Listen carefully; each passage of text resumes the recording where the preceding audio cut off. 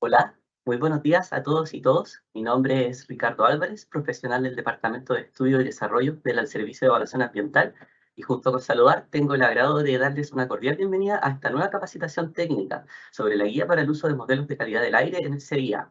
Esta presentación estará a cargo del profesional Gino Olivares, junto con el apoyo de la profesional Camila Ramírez. Esperamos que la presentación tenga una duración de aproximadamente una hora, para luego cerrar con un espacio para contestar sus principales preguntas.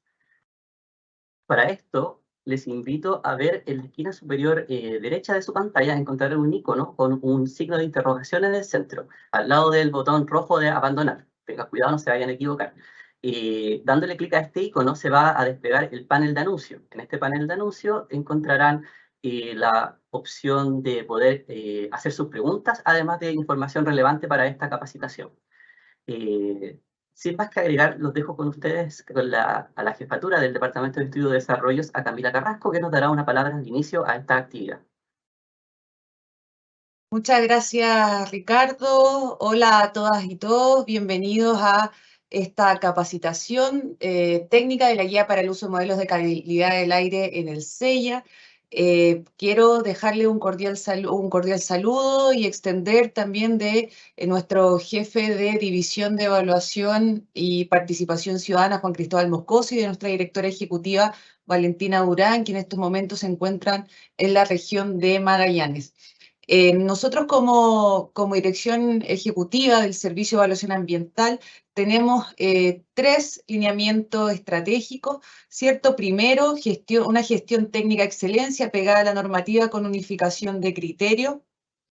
Y es muy importante para nosotros esto, para definir en el fondo como servicio que la sociabilización para todos los grupos de interés del trabajo que nosotros desarrollamos, y estas instancias también, como estas capacitaciones, son el primer paso para lograr este objetivo.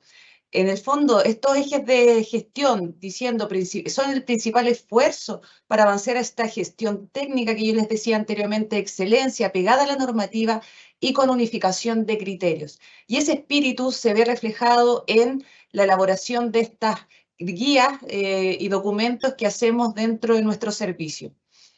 Es importante también recordar otros ejes de este periodo de gestión.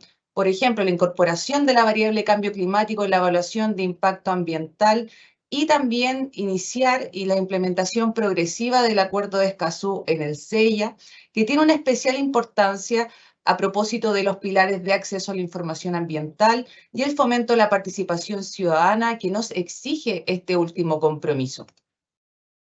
También queremos aprovechar esta oportunidad de poder contarles sobre nuestro plan de capacitaciones 2023.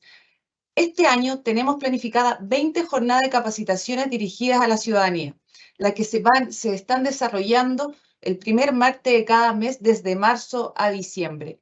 Además, quiero contarles que hemos implementado capacitaciones por cada guía y criterio de evaluación, como es esta oportunidad que ustedes pueden ver, y que en el fondo nosotros vamos a seguir reforzando esto porque queremos entregar las certezas técnicas sobre las distintas acciones que nosotros tenemos, y también entregar estas certezas a todas las autoridades que participan en la evaluación ambiental en este proceso. También quiero contarles que respecto al SEA Capacita, podemos comentar que habrá 50, y está pasando, de hecho, que hay 50 dictaciones de cursos, cada uno con 1000 cupos disponibles. El año 2022 teníamos 300 cupos, y este año lo aumentamos a 1000 por curso, los que en el fondo ya están pasando desde marzo y terminan en noviembre de este año. Por lo tanto, les queremos invitar a que ingresen a la página del SEA Capacita, seacapacita.sea.gov.cl, y que puedan revisar la calendarización, los temas, el programa, y además también cuándo son las matrículas.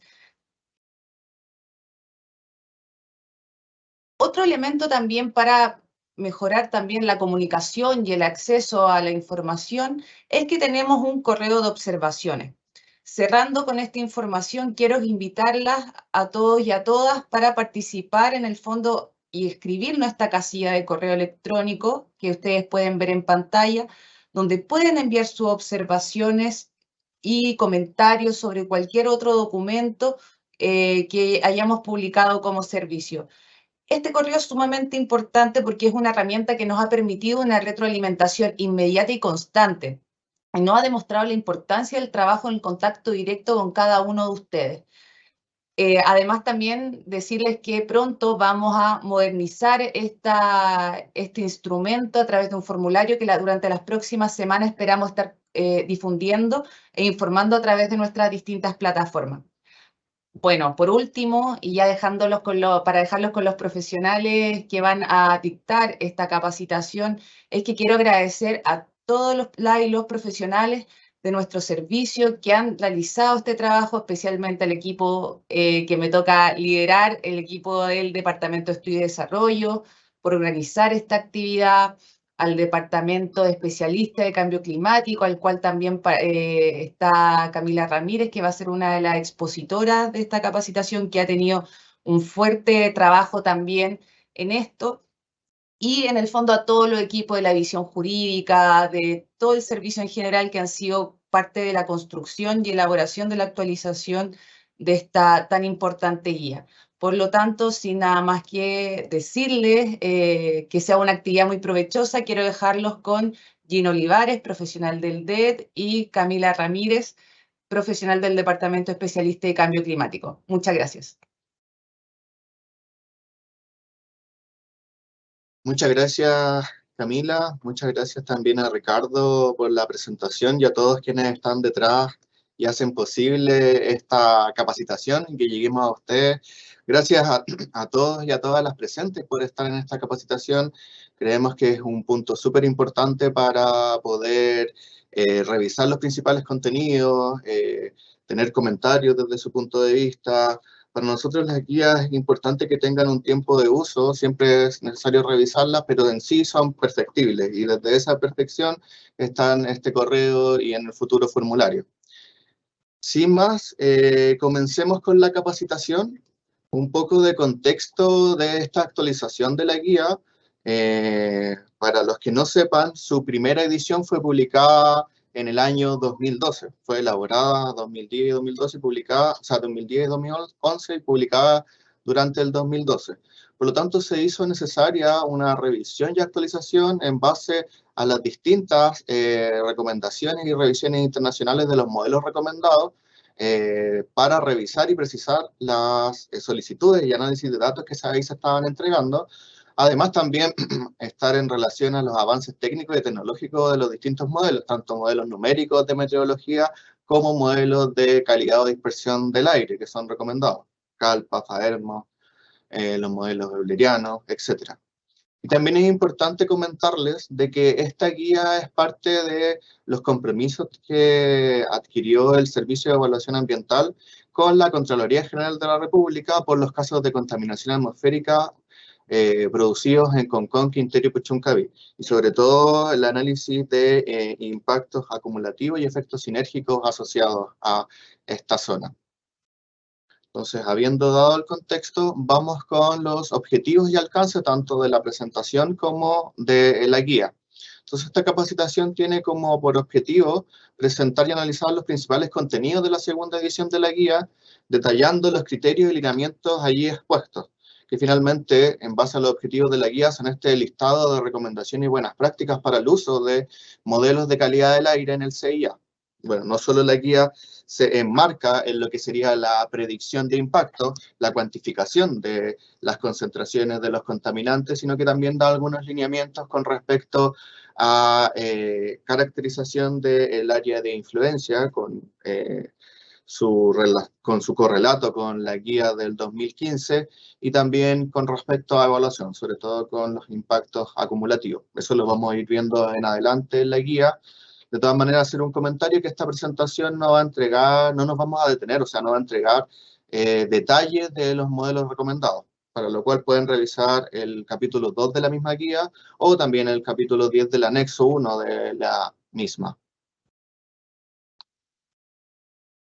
Entonces, ¿cuáles van a ser los puntos de esta capacitación? Y también, obviamente, los puntos de la guía que vamos a revisar en esta presentación son la recomendación de los modelos, deteniéndonos en cuáles son los criterios para la selección de cada uno de estos, los datos de entrada de los modelos que se requiere o que se espera como información, tanto para la estimación de emisiones, la meteorología, ya sean datos observados o datos generados por modelos numéricos, y también los datos de calidad del aire, cómo se deben presentar estos datos y los resultados asociados a los distintos modelos, el análisis de incertidumbre del modelo numérico meteorológico, las conclusiones de los informes y finalmente otras consideraciones que también incluye esta guía. Entonces comencemos con la recomendación de los modelos, cómo elegir un modelo u otro, pero antes de eso hay que plantear algunos criterios generales de los modelos y que bien lo especifica el capítulo 3.1 de la guía, que tienen que ver con que estos modelos recomendados o estos modelos descritos en el capítulo de la guía, modelo CALP, PAPAER, modelo euleriano, como CIMAC, etcétera, son modelos que disponen de una documentación completa de análisis tanto internacionales como nacionales, de una cierta experiencia, de un respaldo, de un soporte técnico. Por lo tanto, a nosotros como servicio nos da la confiabilidad de que los resultados generados por estos modelos son acordes a lo que esperamos como servicio y por lo tanto no hay un cuestionamiento mayor en el uso de un modelo u otro. ¿A qué voy con este punto? A que efectivamente no se cierra la guía a que solo se deben ocupar esos modelos, pero sí, si se ocupa otro modelo distinto, se tiene que presentar toda esta justificación que a nosotros como servicio nos entregue las garantías de que es un modelo probado. Dicho esto, volvamos con el punto número 1 que tiene que ver con la elección del modelo o el modelo recomendado, que tiene que ver con dos criterios que plantea la guía. Uno, con el tipo de terreno, si es un tipo de terreno homogéneo, simple o heterogéneo, complejo, y dos, con el tipo de contaminante. Y aquí también me quiero detener un poco en un cambio de paradigma que se hizo con respecto a la primera edición de la guía, que tiene que ver con estos 5 kilómetros de distancia. Era bien a saber que la primera edición hablaba de una distancia representativa de las estaciones meteorológicas y por lo tanto después de esa distancia se perdía esta representatividad. Eso cambió en función al mismo informe fundante del informe de UNTEC, de la Universidad de Chile, que sirve también para la primera como segunda edición, que finalmente lo que habla, más allá de dar una distancia como tal, es que a medida que yo ocupo o abarco una superficie mayor de terreno, es mucho más probable de que, debido a las condiciones heterogéneas del país, las estaciones de meteorología pierdan representatividad. Entonces, eso es un poco lo que viene a entregar como lineamiento esta guía y, por lo tanto, a indicar que estos 5 kilómetros son una distancia referencial para entender un poco cómo se comporta el terreno. Entonces, tenemos dos tipos de terreno. Uno, que es un terreno simple o homogéneo, que en términos bien resumidos y haciendo la bajada, tenemos que tiene un carácter lineal de los campos de viento. Esto es porque finalmente este terreno no tiene unas perturbaciones importantes, perturbaciones que sí tienen los terrenos heterogéneos, como ahí se plantea, cambio de uso del suelo abrupto, variaciones dependientes, fumigaciones costeras, entre otras, que generan estas perturbaciones en la meteorología, tanto de superficie como altura, pero que a efectos de los análisis se caracteriza con los campos de vientos. Entonces, eso es uno de los puntos importantes. Primero, plantearnos en esta superficie de 5 kilómetros que tiene que ver con la distancia desde la fuente hasta la zona de evaluación de los impactos, va de la mano apareada con los receptores o objetos de protección, y cómo se comporta el terreno. Entonces, tenemos terrenos simples o complejos, homogéneos u heterogéneos. Eso es parte de lo que tiene que discernir y también tiene que discernir el tipo de contaminante que requiere modelar, ya sean contaminantes primarios que son emitidos de la fuente. Aquí tenemos el caso del material particulado 2,5 que es emitido por procesos de combustión. No olvidar también que el material particulado puede ser de tipo secundario generado en la atmósfera, pero aquí estamos poniendo este caso como primario, y como secundario el caso más característico que no generan, no se emiten desde ninguna fuente los proyectos, que es el ozono. Y finalmente los proyectos lo que generan son compuestos orgánicos volátiles, NOx, que en contacto con las concentraciones de oxígeno y la radiación solar pueden generar concentraciones de ozono. Esto es muy importante también de ver en relación la magnitud, extensión y duración de los impactos. ¿Por qué lo planteo? Y es algo que voy a ir repitiendo a lo largo de la presentación. La necesidad de ocupar un modelo refinado no tiene que ver con esto, con la magnitud, extensión y duración de los impactos, porque finalmente el uso de estos modelos está pensado para estos impactos relevantes que llama esta guía, que los diferencia un poco de los impactos significativos en el sentido de que son impactos que son necesarios de revisar, de evaluar las concentraciones para poder o descartar o plantear las medidas relacionadas con hacerse cargo de los efectos, características o circunstancias. Entonces, volviendo al criterio de selección de un modelo, teníamos el tipo de terreno y el tipo de contaminante. Por lo tanto, para tipo de terreno homogéneo, que lo plantea también la guía, tiene que ser justificado que sea un terreno homogéneo, desde donde tengo las fuentes de emisión hasta los receptores, o la zona de evaluación de los impactos, y contaminantes primarios, se puede ocupar el modelo AERMOR. También se puede ocupar el modelo CALPAF sin ninguna otra complicación o justificación mayor en terrenos homogéneos y contaminantes primarios. En terrenos heterogéneos y contaminantes primarios, se recomienda CALPAF. Se puede usar el WRF-Chem, el CAMX y el CIMAC, que son modelos que están pensados más para contaminantes secundarios, pero no hay problema en que se ocupen. De todas maneras, acá la recomendación es ocupar el modelo CALPAF porque es un modelo que tiene un consumo de recursos computacionales mucho menor y que va a tener un resultado que, en términos de lo que estamos esperando como servicio, es satisfactorio.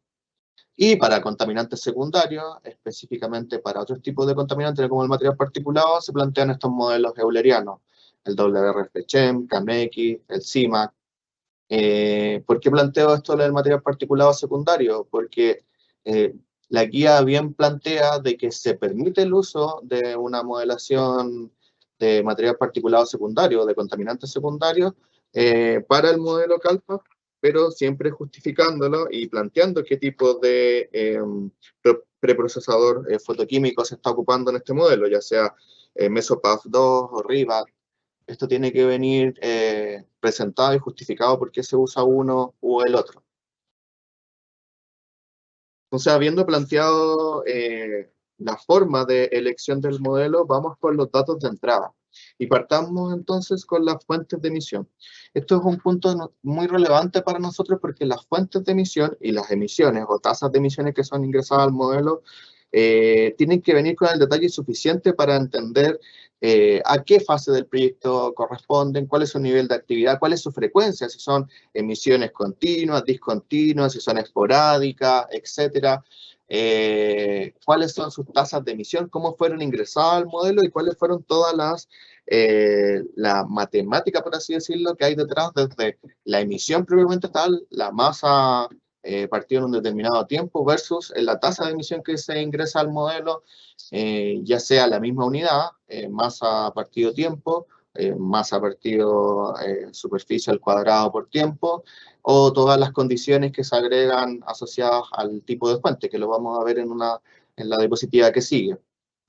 Y también los tipos de contaminantes relevantes, eso tiene que ver mucho con la caracterización del área de influencia, si estoy en una zona saturada, si estoy en una zona que hay un contaminante que tiene altos niveles, etcétera. Esos son contaminantes relevantes que tienen mucho que ver con las normativas asociadas, normas de calidad ambiental, normas de emisión, planes de descontaminación, etcétera. Y por último también, que para nosotros es súper importante, la codificación de estas fuentes. Podemos tener una fuente que, por ejemplo, es la excavación, una fuente de emisión. Entonces, la excavación en la fase de construcción, en el periodo tanto. Entonces, nosotros, o quienes modelan, ese nombre es muy largo y se suele ocupar una codificación para entregar esa correlación en el modelo. Por lo tanto, necesitamos ese detalle para entender que esa fuente corresponde a esa codificación y esa codificación es la misma que se ingresa al modelo. Ahí como les muestro el logo de Excel, porque para nosotros, y como bien se entrega en la guía, es importante tener todo el detalle del cálculo de cómo fueron ingresadas las emisiones, estas tasas de emisión al modelo, cuáles fueron las consideraciones, supuestos, tiempos, frecuencia, etcétera, para entender esta transformación. Y ahora bien, expliquemos un poco esto de las tasas que estaba hablando. Denme un segundo que voy a ocupar la opción del puntero. Entonces, como bien les comentaba, tenemos una fuente, esa fuente va a generar un contaminante atmosférico, aquí lo tenemos, y esa fuente también tiene una caracterización. Esta caracterización es sumamente relevante, todo el detalle que se entrega de ella, porque no solo nos entrega lo que es el nivel de actividad asociado al proyecto o a la actividad, sino que también nos entrega datos necesarios para incorporar a la tasa de emisión según el tipo de fuente, si es puntual, de área, volumétrica, lineal, etc. Entonces tenemos el contaminante, el nivel de actividad por esta caracterización de la fuente, en relación al factor de emisión. Aquí estamos poniendo uno de los ejemplos, puede ser factor de emisión, emisiones medidas en terreno, balanzas de masa, etcétera. Eso se plantea también en la guía. Y tenemos una emisión. Y esa emisión finalmente la ingresamos como una tasa de emisión dependiendo del tipo de fuente, como bien les había indicado, la temporalidad y algunas otras características. Por ejemplo, las fuentes puntuales, que son muy asociadas a fuentes como de chimenea, o tenemos un ducto de salida de los gases, y por lo tanto eso también requiere la información de la velocidad de salida de los gases, la temperatura y otros parámetros necesarios. Todo eso tiene que venir con el nivel de detalle y justificación necesaria para entender cómo desde este contaminante que se genera en la fuente y esta emisión fueron incorporadas al modelo como esta tasa de emisión.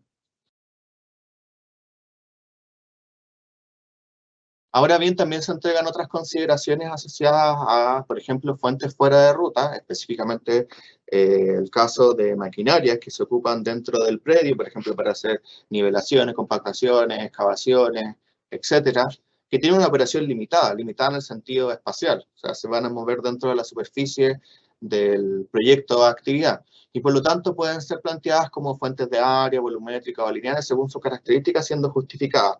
Aquí nombrar que no nos esperamos que, por ejemplo, una maquinaria o el uso de una maquinaria sea modelada como una fuente puntual, porque no es el comportamiento que tiene, sino que se va a estar moviendo. Por lo tanto, ahí es más recomendable una fuente de área, volumétrica. Ustedes como titulares y consultores tienen que hacer ese análisis para entregar la justificación. Respecto a las fuentes móviles en ruta, estamos hablando del transporte desde un punto X a un punto Y. Aquí la recomendación es revisar si el modelo, la versión Y años, tiene la capacidad para modelar este tipo de fuentes. Hay algunas versiones del CalPAF, las más recientes, desde el año, si no me equivoco, 2018-2019 en adelante, que tienen la capacidad de modelar fuentes móviles en ruta bajo ciertas características, ciertas condiciones. Aquí es importante también repetir lo de la magnitud, duración y extensión de los impactos asociados a las emisiones atmosféricas, porque lo que se puede configurar es que efectivamente yo tenga una alta emisión de contaminantes de material particulado, por ejemplo, en rutas, pero asociado a una extensión a una distancia considerable en estas rutas, 20, 30, 40, 50 kilómetros, y por lo tanto en cada tramo donde tenga receptores voy a tener una emisión muy baja. Todos esos análisis son importantes a la hora de entender si es necesario o no hacer esta modelación y ocupar este modelo refinado para ese tipo de fuentes del proyecto. Todo esto tiene que venir justificado en el informe de modelación de calidad del aire o donde se incorpore este análisis respectivo.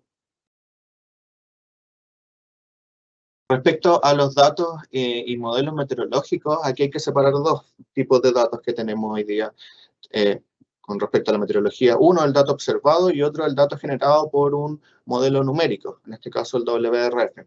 ¿Por qué lo separamos? Porque, bueno, uno, el dato observado, como bien dice, es un dato obtenido, recogido, monitoreado desde una estación meteorológica existente, tanto de superficie como altura, y en casos como el modelo AERMOT, se recomienda su uso para este modelo de calidad del aire. Específicamente se puede ocupar el dato de una estación meteorológica de altura y superficie para poder modelar las concentraciones atmosféricas con el modelo AERMOT.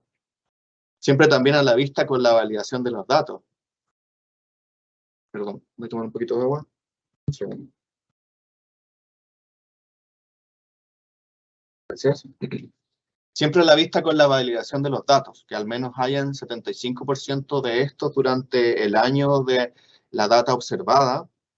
Y también ahí es ojo con la información que se entrega también o con la información que se levanta.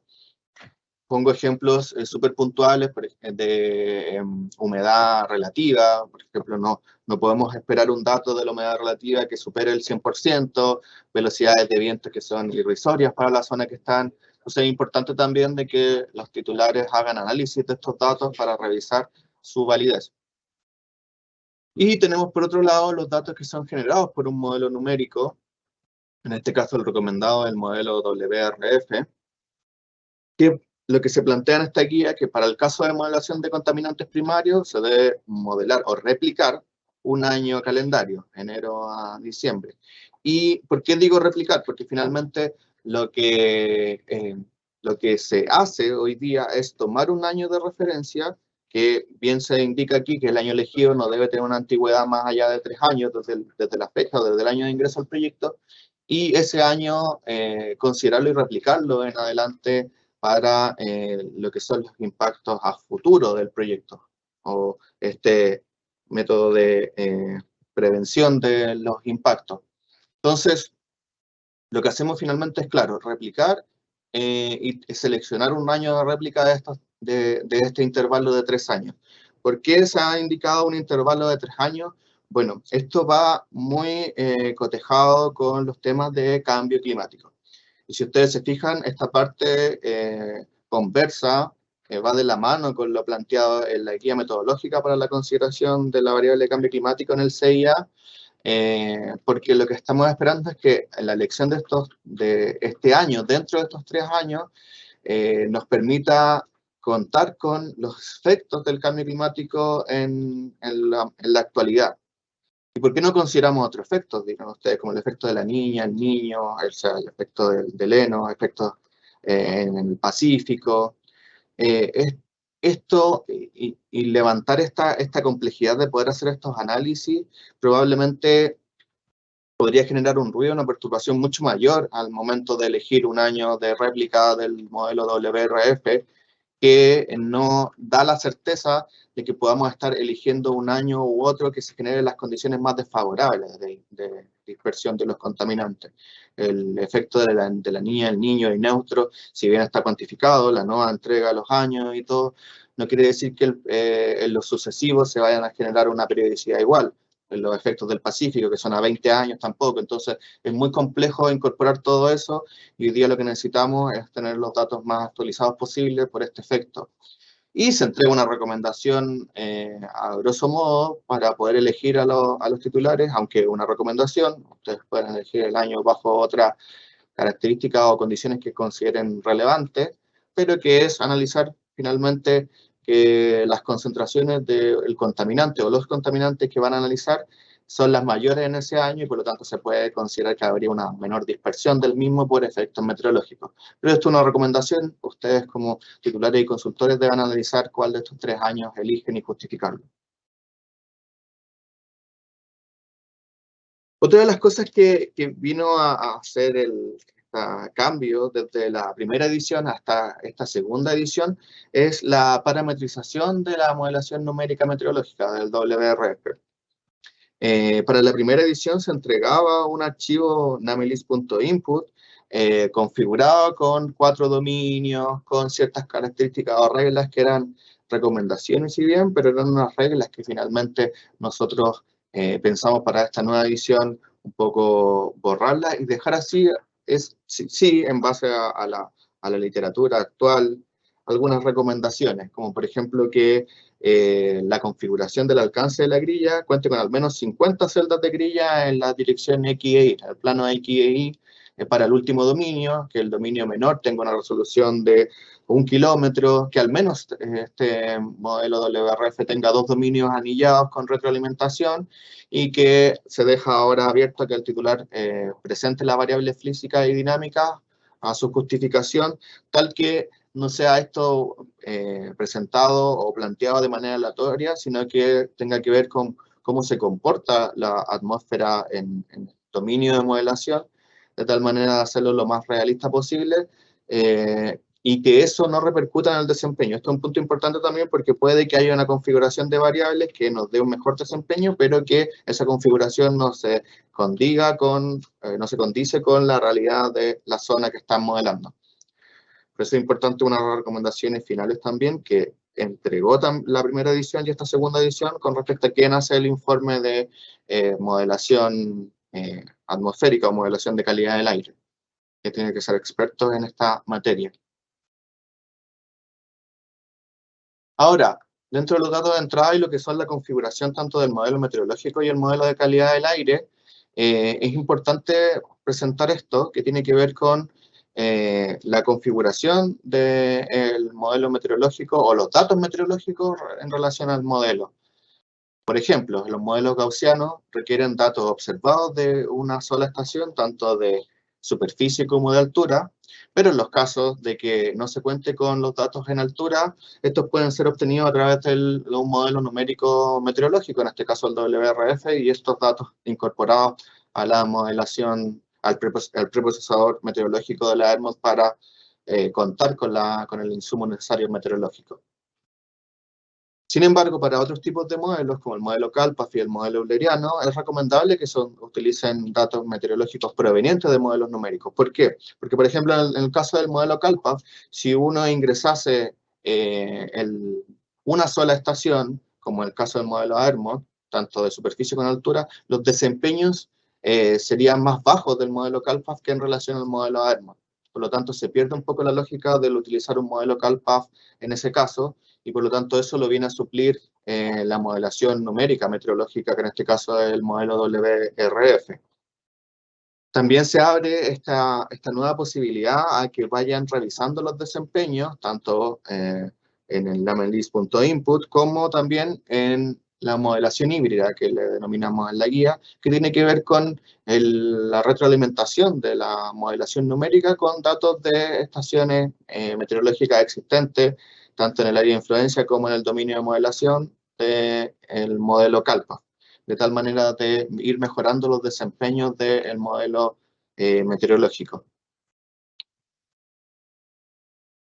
Y por último, habiendo ya teniendo en consideración los criterios de selección, también es importante tener claro al momento de parametrizar el modelo de calidad del aire los mecanismos de dispersión, transformaciones químicas, de posición física o química de los contaminantes. Esto es importante, por ejemplo, en materiales particulados sedimentables. Necesito o requiero modelar tiene que ver, mucho de esta parametrización tiene que ver con los objetivos que yo persigo, en este caso la evaluación sobre los objetos de protección, y también hay que tener aquí en vista cuáles son las configuraciones y las recomendaciones entregadas por los manuales operativos de cada uno de los modelos. Sí, lo que viene a entregar esta nueva guía es una necesidad de parametrizar los receptores, y se entrega una recomendación de parametrización, que son estas 5 grillas. Lo que se busca no es que los titulares apliquen estas 5 grillas para todos sus receptores o para todas las zonas donde están ubicados sus receptores discretos, sino que más bien vayan revisando en función a dónde están sus fuentes de emisión, sus impactos, sus receptores, cuál de estas configuraciones les sirve. Es más, incluso podrían plantear cualquier otra, pero estas parametrizaciones están pensadas para obtener tanto el mejor desempeño como el escenario más desfavorable de las concentraciones. No confundir esta parametrización con la ubicación de los receptores discretos, que ya los tenemos mapeados y entendidos desde hace mucho tiempo, no solo para modelaciones de calidad del aire, sino que incluyendo también modelaciones de Lore. Entonces ahí hay una descripción de estos receptores, lugar de emplazamiento, temporalidad, y a qué objetos de protección se están refiriendo, si son recursos naturales, si son población, etc. Aquí me quiero detener un poco en la presentación de los datos y resultados para hablar de la modelación tipo de screening. Y una de las cosas que entrega esta guía es que efectivamente los modelos de tipo de screening se utilizan o son recomendados para revisar la necesidad de plantear una modelación refinada. Y un poco lo que les comentaba al principio. Muchas veces por las tasas de emisión, por la ubicación de los receptores, quizás, y esto depende, y esto tienen que hacer los análisis previos al ingreso, no es necesario plantear una modelación refinada. Y con el modelo screening serviría como para determinar eso. Pero esto tiene que ser justificado y presentado por los titulares de manera previa al ingreso. Es importante que lo presenten. Ahora bien, si en base a esos análisis se requiere una modelación refinada y se presenta un informe de calidad del aire, es necesario que junto con esa presentación vengan los archivos de modelación que para nosotros van a ser información esencial en el proceso de evaluación. Estos archivos mínimos están detallados en el anexo 3 de la guía, tanto para la modelación numérica meteorológica, si es que se considera, y los resultados del modelo de calidad del aire. Porque esto, repito, como es una información esencial, podría configurar un término anticipado de la evaluación por esta falta de datos presentados al momento de, para la redundancia, presentar la DIA o EIA. Y se deja ahí claro de que si se configura una carga de archivos pesados, hay que seguir las instrucciones del instructivo ordinario del 2020 que está, del 14 de diciembre del 2020 que está disponible en el centro de documentación, en la sección de instructivos de la página web del CEA, www.cea.gov.cl. Entonces, aquí es un punto importante esto porque hoy día estamos indicando que si se presenta un informe de modelación de calidad del aire, la información de los archivos es esencial para nosotros para poder cotejar lo que se dice tanto en el informe como lo que se modeló y por lo tanto los resultados que alimentan el informe.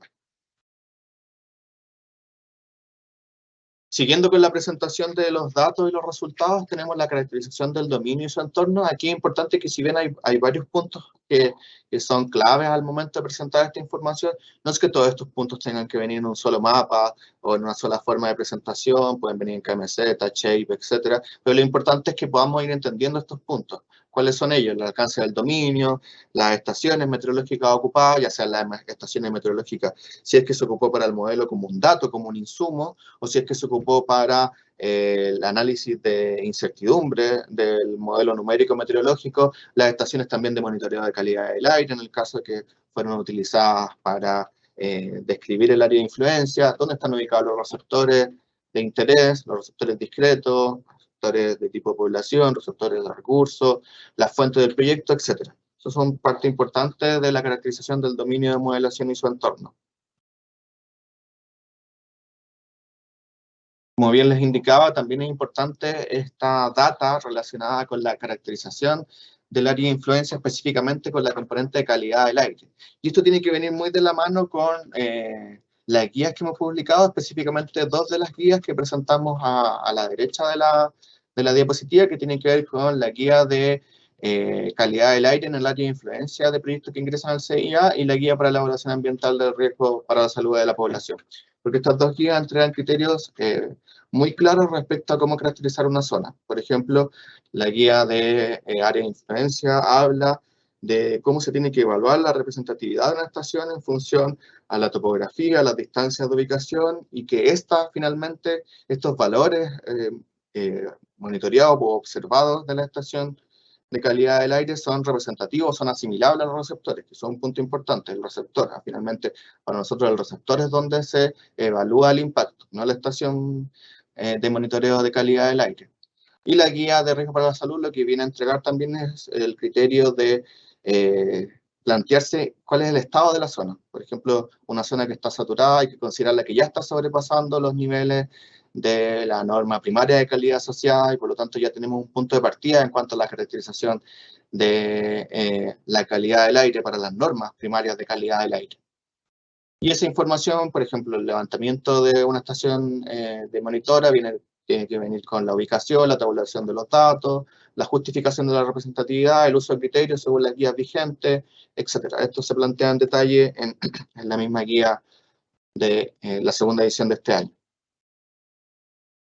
Con respecto a la data meteorológica observada, como les dije, ya sea que sea ocupada como un dato de insumo del modelo o que sea para comparar o hacer el análisis de incertidumbre, tiene también que venir con un nivel de presentación de los datos con series de tiempos, ciclos diarios. Aquí se presenta, por ejemplo, ciclos diarios de la velocidad del viento, su promedio, rango del 90% observado. Rango del 90% observado tiene que ver mucho con el comportamiento o la distribución normal de estos datos y por lo tanto fuera de ellos podamos indicar que hay valores que podrían ser considerados que se escapan de la normalidad asociada y que son datos también dentro de este 90 que podrían darse en las circunstancias del terreno, las direcciones de los vientos, donde principalmente se generan o a qué hacia qué dirección se generan principalmente los vientos y cómo conversa eso también con las concentraciones, ya se han observado modeladas del simulador de calidad del aire. También los ciclos estacionales, hacia dónde se dirigen los vientos y cuál es su frecuencia en las distintas épocas del año o meses del año. Aquí se plantea, por ejemplo, y algo que viene correlacionado, que es la radiación solar en relación a la velocidad de los vientos, y sobre todo en las épocas estivales, como se aprecia ahí, enero, febrero, marzo, noviembre, diciembre, octubre, son las principales magnitudes de los vientos relacionadas con el aporte de la radiación solar. Y aquí es importante, me voy a tener, antes de seguir avanzando, porque esta información es clave a la hora de hacer análisis, de revisar si efectivamente tengo un impacto no significativo, de proponer medidas. Toda esta información que nosotros solicitamos es parte fundamental de los análisis que hagan ustedes en relación a la dispersión, a las concentraciones.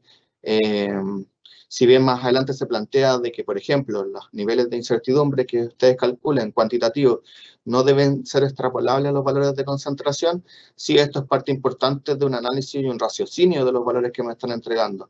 Entendemos que las modelaciones, sobre todo meteorológicas y de calidad del aire, tienen una incertidumbre asociada, son complejas y que por lo tanto nosotros nos estamos planteando en escenarios más desfavorables, pero que sin embargo también es importante tener esta información a la vista para entender cuáles son las situaciones que se podrían dar o cuáles son las mejoras o mejores medidas asociadas a impactos significativos si es que se generan.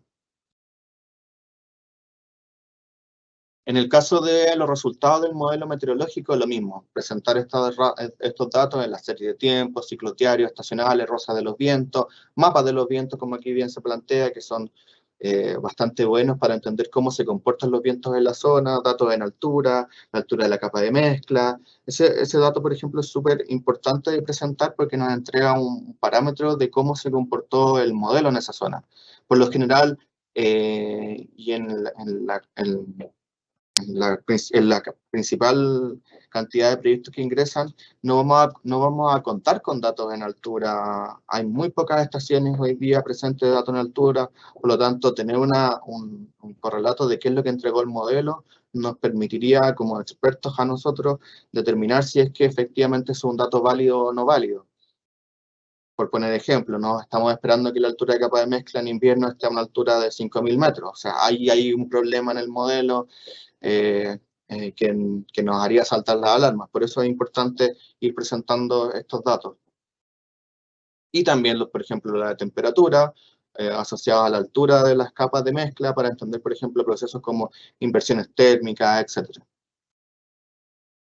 Y también presentar los resultados de la modelación, series de tiempo, etcétera, pero principalmente los mapas de dispersión de los contaminantes. Por ejemplo, acá se presenta un mapa relacionado con un contaminante que tiene una norma primaria de calidad ambiental asociado a su promedio diario.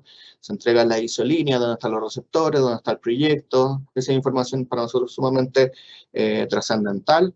Y otro punto importante que hemos planteado en esta guía es la cantidad de cifras significativas, y esto también tiene un correlato con la necesidad de hacer una modelación refinada o no.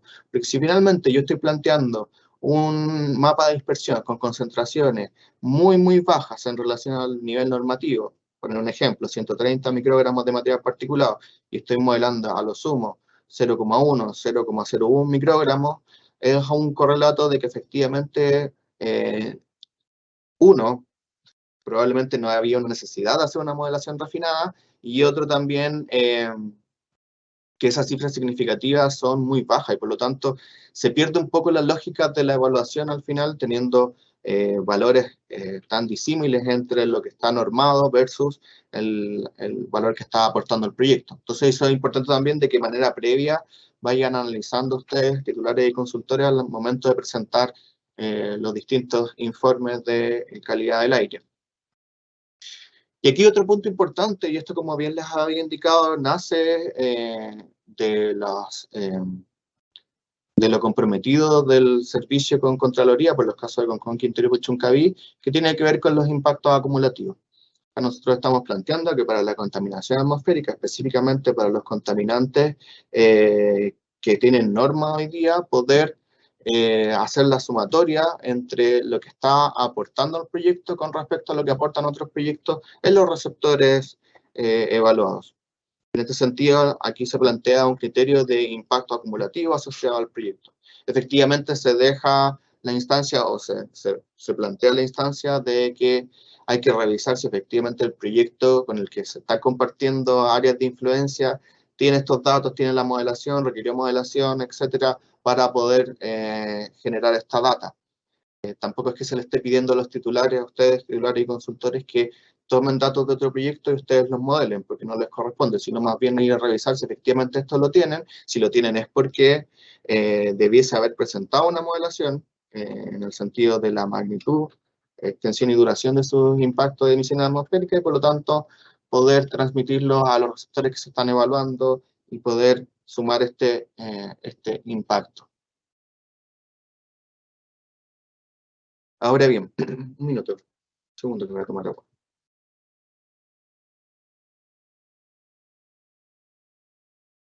Gracias. Ahora bien, habiendo planteado toda la forma de presentación de los resultados y los datos, vamos con un punto importante que viene a complementar bastante esta guía, que tiene que ver con el análisis de incertidumbre de la modelación meteorológica. Y aquí partimos con un speech de la incertidumbre que es necesario tener en cuenta porque efectivamente hoy día estamos con esta realidad de que cualquier resultado de un modelo nos va a generar una incertidumbre, nos va a generar una diferencia entre ellos, una incertidumbre de tipo de data numérica, de las ecuaciones primitivas usadas, de los análisis computacionales, etc.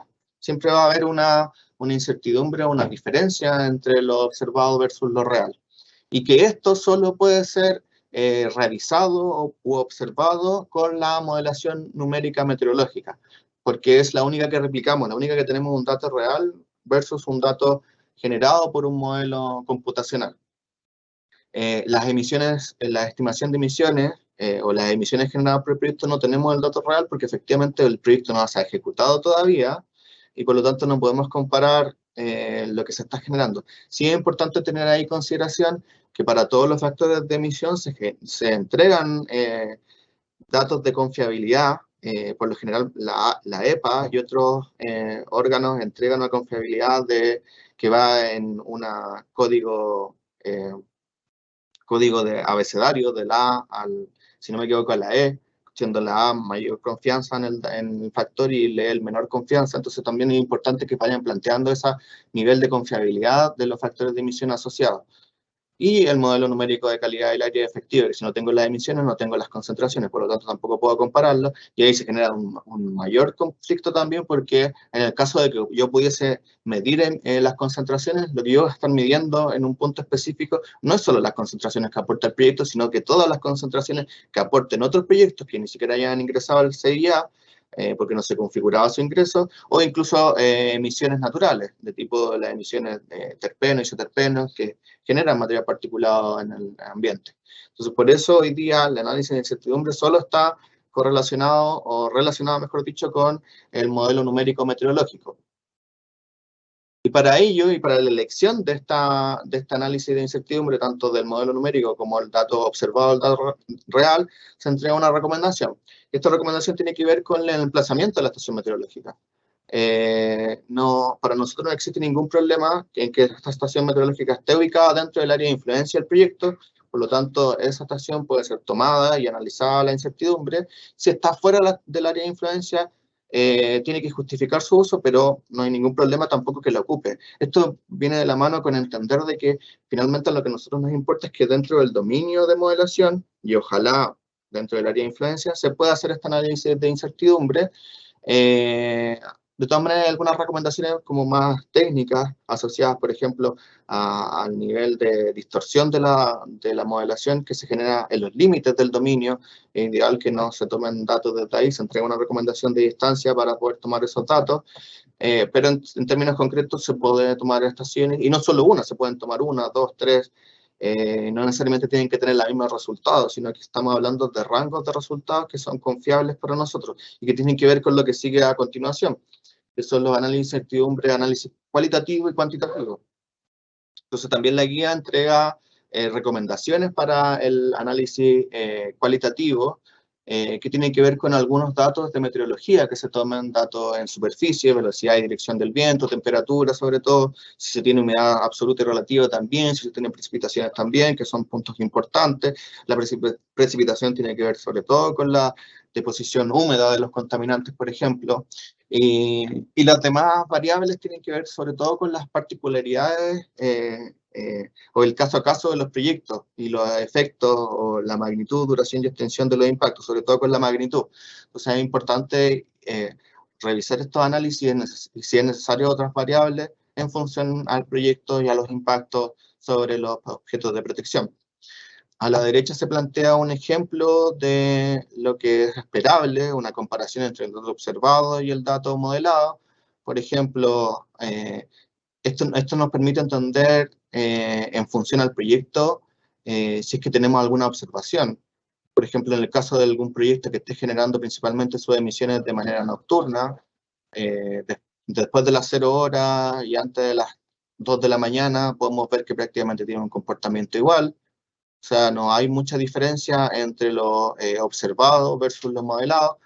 Pero claro, si yo me planteo en el caso de un proyecto que esté generando principalmente sus emisiones dentro de un horario diurno, específicamente entre las 10 y las 6 de la tarde, aquí veo que hay algunas diferencias entre la dirección de los vientos, por lo tanto es importante esas diferencias ir planteándolas, sobre todo en función al proyecto. Por eso no hay recomendaciones tan directas, pero sí el análisis del caso a caso, porque esto se va a dar caso a caso según cada uno de los proyectos y su zona de ubicación, y específicamente, por ejemplo, de las zonas que estén tomando los datos, etc.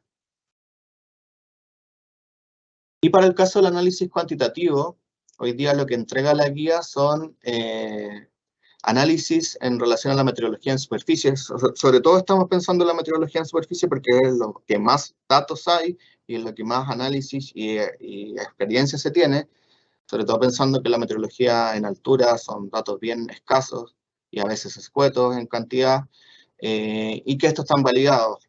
¿Validados en qué sentido? En que, por ejemplo, nosotros hoy día estamos entregando una recomendación que es la tabla que aparece a la derecha con respecto a estadísticos que hablan de la diferencia entre lo observado y lo modelado, el error, el bias, el error cuadrático medio, etcétera. Son recomendaciones que se entregan en base a recomendaciones internacionales y también a la revisión y análisis estadístico de los 2 últimos años de los proyectos presentados en el marco del CIA. O sea, esto no solo está construido con recomendaciones internacionales, sino con la realidad de los proyectos que han ingresado al CIA. Este tabla no quiere decir que se excluyan otros estadísticos, pueden ocuparse siempre que hablan de la diferencia entre lo observado y lo modelado, y no incluye otros parámetros, por ejemplo, direcciones del viento, precipitaciones, etc. Pero ahí claramente lo que tenemos hoy día es velocidad del viento a 10 metros y temperatura a 2 metros. Habiendo dicho eso, pasemos a uno de los últimos puntos que tiene que ver con las conclusiones del informe de modelación y el análisis de la presentación de las conclusiones. Como les había comentado, este análisis tiene que ser realizado por un profesional técnico experto con conocimientos en meteorología, contaminación atmosférica, para entender si la modelación sobreestima, subestima. Hay muchos parámetros que hablan de eso, no solo la velocidad, la dirección, altura, capa de mezcla. Hay una serie de parámetros que incluso no vamos a tener la capacidad de cuantificar esa incertidumbre. Por lo tanto, esto más que todo es hablando desde el escenario más desfavorable. Por lo mismo tampoco, y esto es una de las cosas que entrega la guía, no se determina esta necesidad de ponderar esta incertidumbre que muchas veces se hacía en relación a los valores de la concentración. Poder ponderar un solo valor de un parámetro, como por ejemplo velocidad del viento, respecto a las concentraciones del modelo, no se aplica en la realidad cuando tenemos muchos otros parámetros que están afectando la dispersión, la concentración y la transformación de los contaminantes. Entonces es importante tener en cuenta eso para que los valores que entrega el modelo, con eso se hagan los análisis. Y por último se entrega un apartado dentro de la guía que tiene que ver con el correlato que les hablaba entre esta guía y la guía de calidad del aire en el área de influencia, esto de que los valores finalmente de las estaciones monitoras de calidad del aire tienen que ser representativos de los receptores, porque ese es el valor que uno toma en el receptor para hacer estos análisis o estas sumatorias, para un poco romper con este paradigma de que el análisis se estaba haciendo y la evaluación se estaba haciendo sobre una estación monitora de calidad del aire, cuando eso no es un objeto de protección para nosotros, sino que es un objeto de protección para nosotros, la población, y específicamente, tanto dicho en esta guía como en otras guías, el punto de máximo impacto dentro de esa población. Entonces es importante que eso se tenga a la vista y esto lo viene a recoger este capítulo de la guía. Antes de pasar a la sección de preguntas y respuestas, y habiendo hecho el repaso de los principales puntos de la guía, los quiero dejar con Ricardo Álvarez, que les va a presentar algunos comentarios y puntos importantes del SEA Capacita y lo que se viene en adelante. Muchas gracias, Gino, por el pase. Justamente quiero presentarles lo que sería un poco una de las preguntas frecuentes que nos hacen, que es dónde va a quedar grabada esta presentación y también la PPT. Para eso les voy a compartir pantalla y les voy a enseñar la página sea.gov, que es la página principal del Servicio de Evaluación Ambiental. Aquí vamos a encontrar la opción Participación Ciudadana. Dándole clic acá, vamos a poder bajar en esta lista y encontrar la opción Acceder a capacitaciones, ¿ya? En este apartado encontrarán lo que es el calendario de las próximas capacitaciones que están programadas. Además de que tenemos de estas capacitaciones programadas, siempre vamos generando nuevas capacitaciones, así que siempre atentos a nuestras redes sociales, pero también encontrarán lo que son los videos y también la presentación en PDF, ¿ya? Con los contenidos de lo que se acaba de relatar por nuestro compañero Gino Olivares. Por otra parte, como lo notan, los videos están cargados en YouTube. ¿Y dónde pueden encontrar eso? En el YouTube del Servicio de Evaluación Ambiental, en nuestro YouTube oficial. Así que los invito a acceder a esta plataforma y poder revisar todos los contenidos que tenemos publicados ya para ustedes. Se ha hecho un trabajo de organizar para que todo quede bastante accesible. Además, ahí les invitamos a suscribirse y a seguirnos.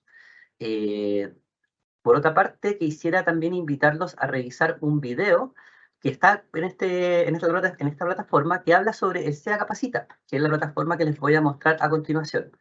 Pero antes los dejo con las palabras de nuestra directora, Valentina Durán, que tiene un video presentando la plataforma SEA Capacita.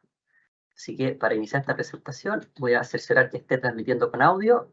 El equipo técnico me informará si acaso hay algún problema y veamos el video. Hola, ¿cómo están? En el Servicio de Evaluación Ambiental nos hemos propuesto asegurar una evaluación técnica y de excelencia que asegure de manera preventiva la protección del medio ambiente y el cumplimiento de las normas ambientales. Para ello, generamos criterios y guías de evaluación que debemos socializar de manera transparente con todos los actores que intervienen en la evaluación de impacto ambiental, con el fin de dar certezas técnicas y jurídicas para todos y todas. En este sentido, quiero invitarles a ser parte de nuestra plataforma de educación virtual llamada SEA Capacita. Es un aula donde ofrecemos cursos online gratuitos que permiten fortalecer y certificar las competencias técnicas en materia de evaluación ambiental, tanto de funcionarios públicos como de profesionales del sector y de la ciudadanía en general.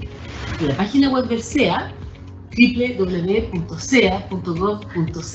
encontrarán un banner para acceder a la página de SEA Capacita. Ahí podrán encontrar el calendario anual con la planificación de los cursos y todos los temas. Como muchos saben, cada año trabajamos para sumar nuevos cursos, intentando abordar las materias más requeridas por quienes participan o tienen interés en conocer más sobre el sistema de evaluación de impacto ambiental.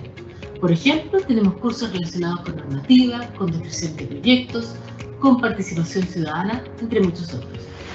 Finalmente, la plataforma SEA Capacita, además de contribuir a la información continua, permite asegurar el acceso a la información ambiental implementando el Acuerdo de Escazú. Para participar, solo debe registrarse con su clave única. Les invito a sumarse, inscribirse, aprender y certificarse con SEA Capacita.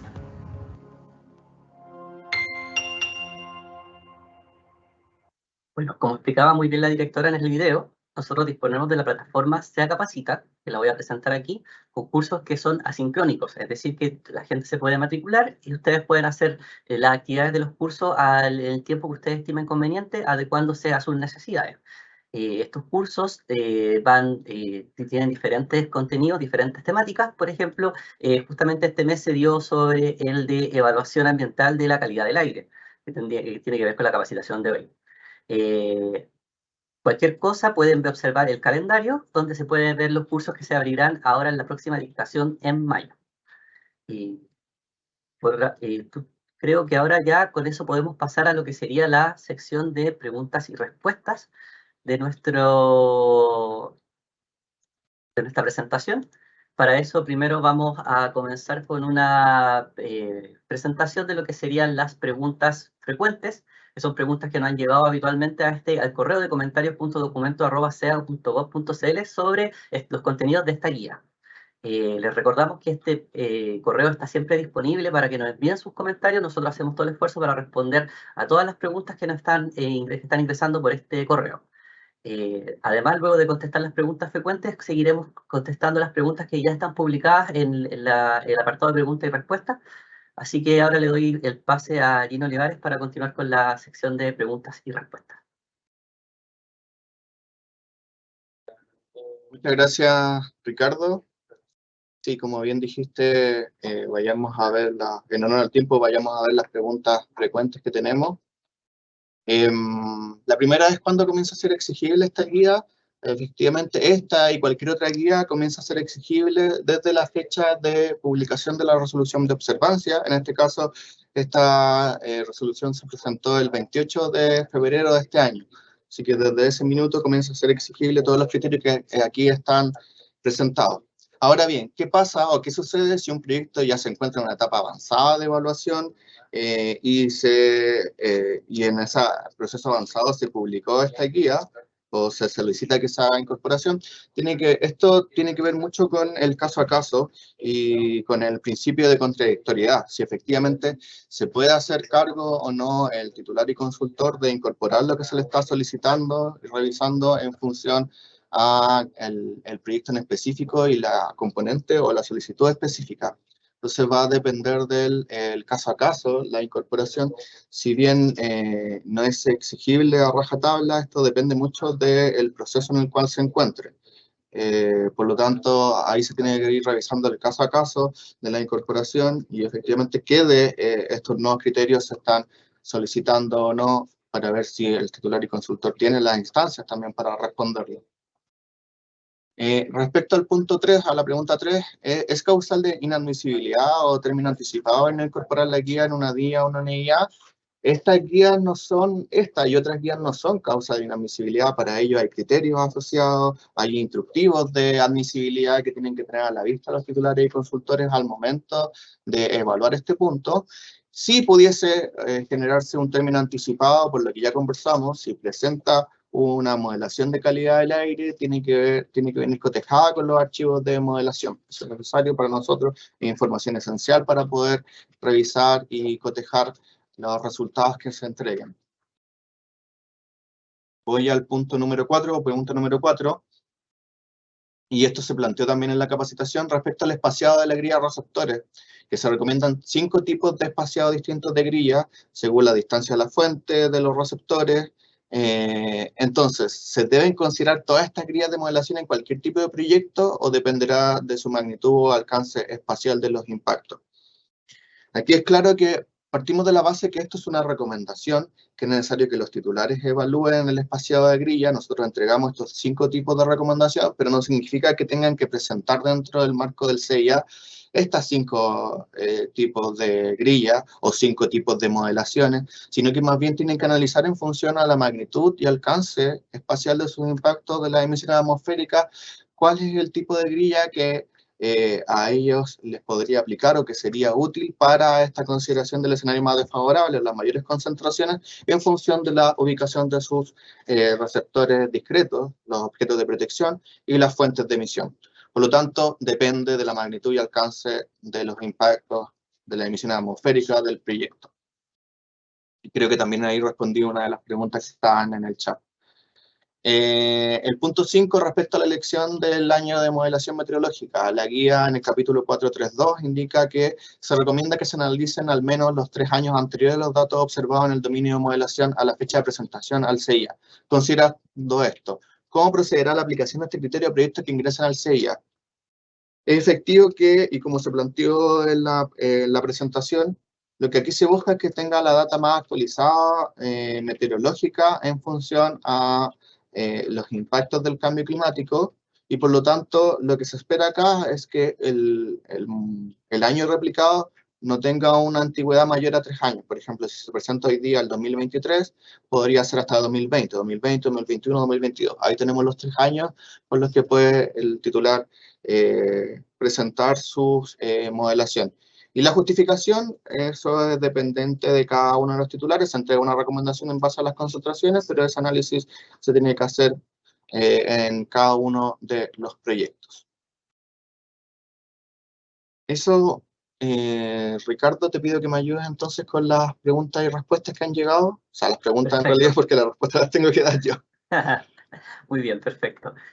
Vamos a comenzar la lectura de las preguntas que han llegado. Vamos a tratar de contestar la mayor cantidad de preguntas, pero en honor al tiempo vamos a tener que dejar algunas afuera. Así que comencemos. Te invito, Gino, también a leer junto conmigo, ya que puede que me cueste algunos términos, pero vamos a intentar que todo salga lo más fluido posible. Comenzamos con la pregunta de Anónimo. Para poder hacer un análisis de incertidumbre, ¿qué pasa si no hay estaciones meteorológicas en un dominio grande, por ejemplo, 100%? ¿Hay que hacer un dominio más grande hasta incluir una estación?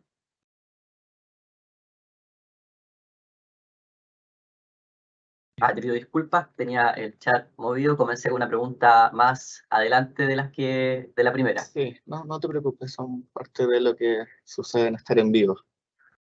Empecemos con la de las 10:25, si no me equivoco, de Anónimo también. La leo yo si quieres. Y ahí Comenzamos dice... con la primera pregunta, disculpa. Ya. Ahora sí. La primera pregunta dice así: buenos días, pasa muchas veces que para proyectos alejados de zonas urbanas no hay estaciones de calidad de aire para elaborar la línea de base. En este caso, ¿cómo se evaluarán las concentraciones basales de contaminantes o solamente se analizan los resultados de las concentraciones simuladas en los receptores discretos? Bueno, eso sí es efectivo y estamos trabajando también en criterios para poder abordar ese tema. Es complicado porque muchas veces fuera de zonas urbanas no se cuenta con estaciones de monitoreo de calidad del aire y solo se cuenta con algunas consideraciones, en el caso de no saturación de la zona, ya sea por normas primarias o secundarias de calidad ambiental, y por lo tanto ese análisis lo tienen que realizar en el caso a caso los titulares y consultores, también en función a la magnitud de las emisiones del proyecto, en este caso de las concentraciones. Por lo tanto, no podríamos dar un lineamiento único, sino que depende mucho de la caracterización de la ubicación de la zona, en el entendido del contaminante que se está analizando, y por lo tanto, bajo eso y bajo las concentraciones también del proyecto, poder tomar una determinación al respecto de la evaluación. Perfecto. Muchas gracias, Gino. Continuamos con la siguiente pregunta de Teresita Herrera, que nos dice: para obtener datos meteorológicos de una estación de monitoreo, si no hay estaciones dentro del radio de representatividad para el proyecto, ¿se emplea solo modelo o se puede utilizar de todos modos y así poder analizar el nivel de ajuste del modelo? Sí, la estoy releyendo, perdón.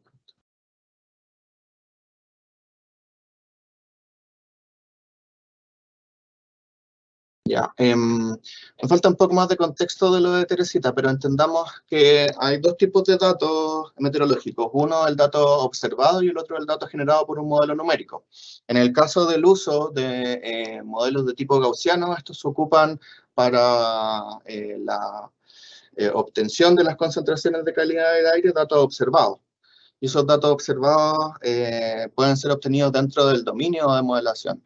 Eso tiene que ser parte de la justificación y entrega del proyecto para entender también cómo se comportan.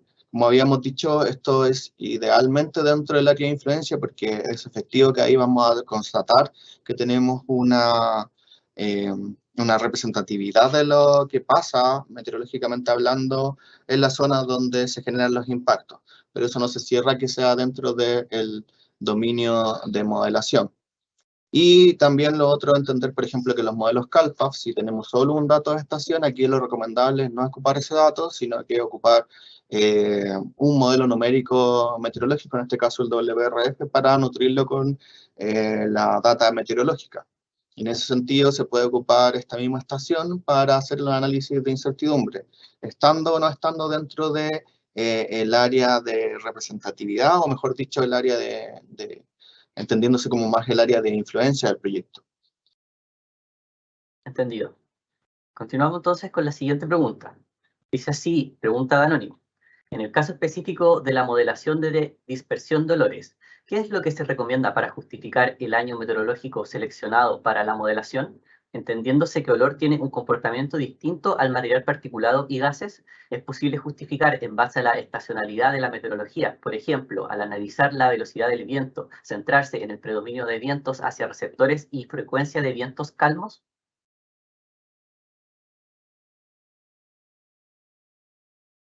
Perfecto. Todo lo que me pregunta, todo lo que pregunta Anónimo tiene que ver con los análisis que tiene que entregar, sobre todo pensando en un contaminante como olores, que tienen un impacto más acotado en términos espaciales. Si es posible justificar o no, eso es parte de la evaluación misma, pero sí es un dato importante lo que plantea los vientos, la dirección de los vientos calmos, porque efectivamente tienen un impacto mucho más acotado los olores que otros tipos de contaminantes. Así que si bien no podemos dar certezas de la justificación, porque no estamos en el marco de la evaluación del proyecto, sí podemos indicarles que un punto, y los puntos que plantea son importantes a la hora de poder justificar, por ejemplo, la elección del año asociado. Por eso, como les repito, se recomienda que se haga un análisis, por ejemplo, con las concentraciones, pero es una recomendación. La justificación de la elección del año de modelación meteorológica depende exclusivamente de cada uno de los titulares y consultores. Muchas gracias, Gino. Esperamos que la respuesta sea conforme a Anónimo.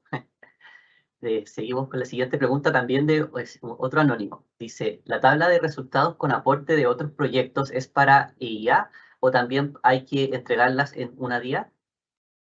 Qué buena pregunta de Anónimo. Eso se responde no necesariamente con esta guía, sino que con otra guía que también se publicó en días cercanos, en marzo, los primeros días de marzo, que es la guía para la evaluación del riesgo para la salud de la población, donde indica que efectivamente estos análisis de los impactos acumulativos y efectos sinérgicos son pensados y están indicados tanto para GIA como para DIA, específicamente para DIA para descartar los efectos característicos o circunstancias que pudiesen generar impactos significativos en una componente.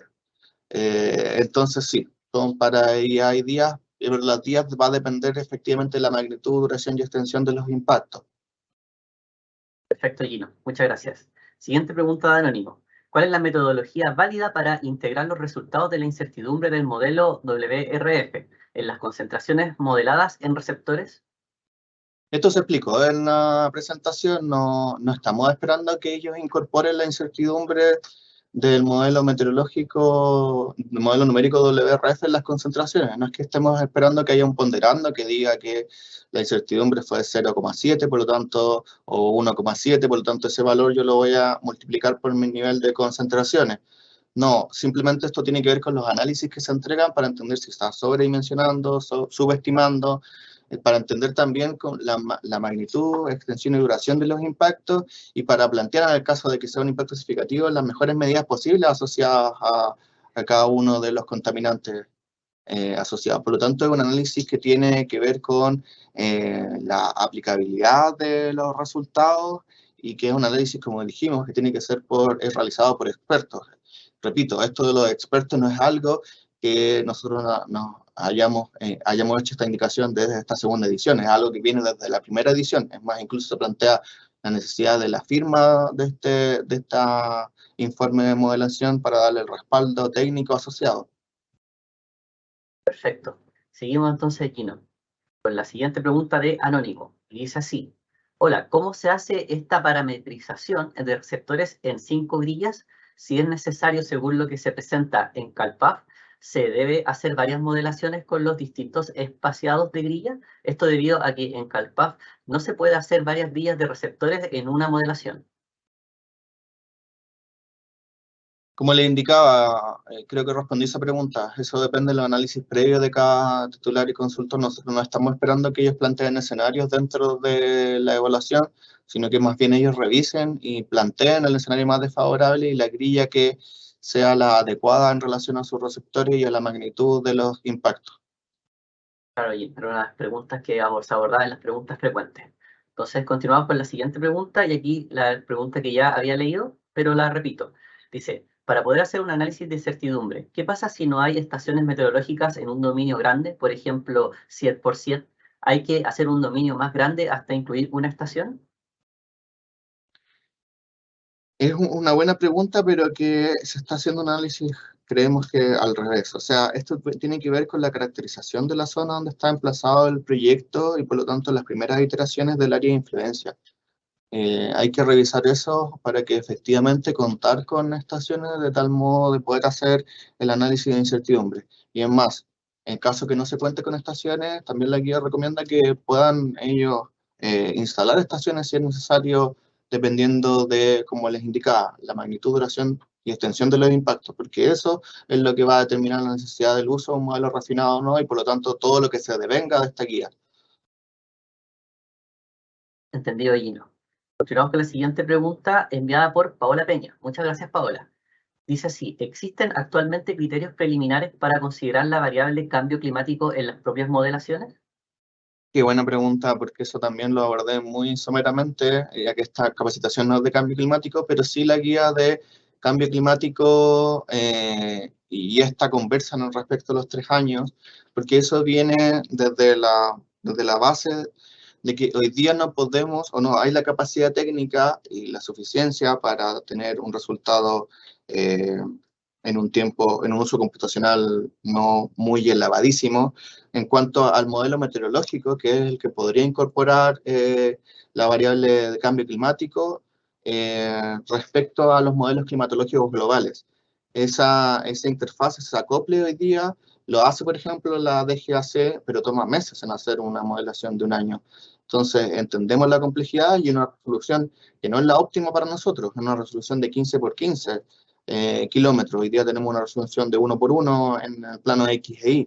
Entonces, entendemos que todavía no hay las capacidades para hacerlo y hay que entender también de que nosotros estamos replicando un escenario y que los modelos que recomendamos, si bien son modelos de pronóstico, son modelos de pronóstico que están bien elaborados para 10 días a lo sumo en el futuro. Entonces hay una serie de limitantes que finalmente decantaron en que nosotros solicitáramos estos 3 años para que estos 3 años consideraran hoy día el efecto del cambio climático en las condiciones meteorológicas y por lo tanto esa es para nosotros la consideración del escenario más desfavorable al momento de incorporar el cambio climático en las modelaciones de calidad del aire.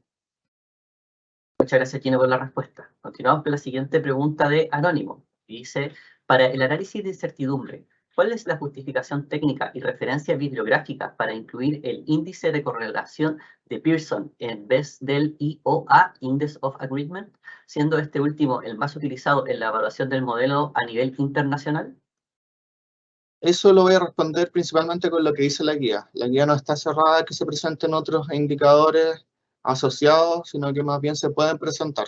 Solo que hoy día tenemos la suficiencia como para entregar valores de errores y el correlación de Pearson asociado a los valores de los parámetros de superficie, velocidad y temperatura.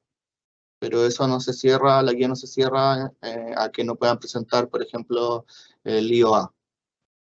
Perfecto, Gino. Muy claro todo. Continuamos entonces con la penúltima pregunta de las que tenemos ya seleccionada y dice así. Para considerar un terreno de tipo heterogéneo, ¿se debe considerar el área del proyecto solamente o tiene que considerarse el área de influencia? Bueno, partamos de la base de que el área de influencia es un proceso iterativo. O sea, ojo ahí, recordarle a todos los titulares que consultores, que es un proceso iterativo, y nosotros esperamos ver señales de este proceso iterativo, pero efectivamente a nosotros nos interesa que nos presenten la última extensión del área de influencia.